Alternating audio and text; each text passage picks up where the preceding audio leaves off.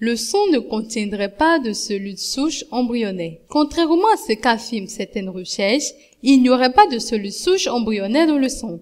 C'est en tout cas ce qu'indiquent des chercheurs américains qui viennent de publier les résultats de leurs études. Suite à des travaux réalisés en 2006, les scientifiques jugeaient qu'il était possible de détecter des cellules souches embryonnaires dans le sang. Ces cellules issues de l'embryon, ou VSEL, pour Very Small Embryonic Like Stem Cell, sont en principe capables de se diversifier de façon à donner n'importe quel type de tissu du corps, permettant ainsi de réparer des tissus endommagés par la maladie ou un accident. Une telle perspective était donc jugée prometteuse puisqu'elle permettait de ne pas utiliser d'embryons humains pour obtenir ces cellules et de se servir uniquement de sang. Mais aujourd'hui, cette découverte est sérieusement remise en cause par l'étude que vient de publier des chercheurs américains de la faculté de médecine de Stanford en Californie.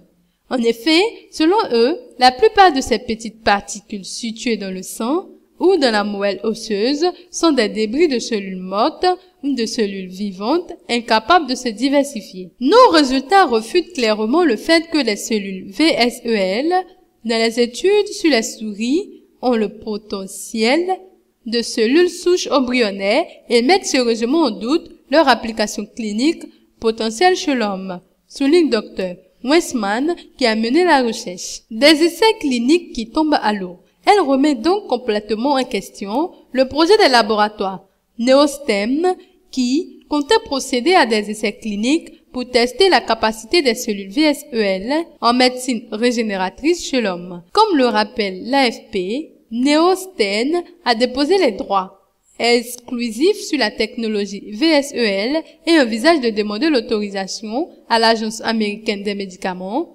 Food and Drug Administration, pour mener le premier essai clinique chez des personnes présentant des infections de la gencive. Aussi, ces nouveaux résultats tombent plutôt mal pour la société, même s'ils ne surprennent pas tout le monde. En effet, le docteur Ihor Lemishka, professeur de biologie régénératrice à New York, estime qu'un très petit nombre de scientifiques de la communauté de la recherche sur les cellules souches accordaient une quelconque crédibilité à ces études sur les cellules VSEL.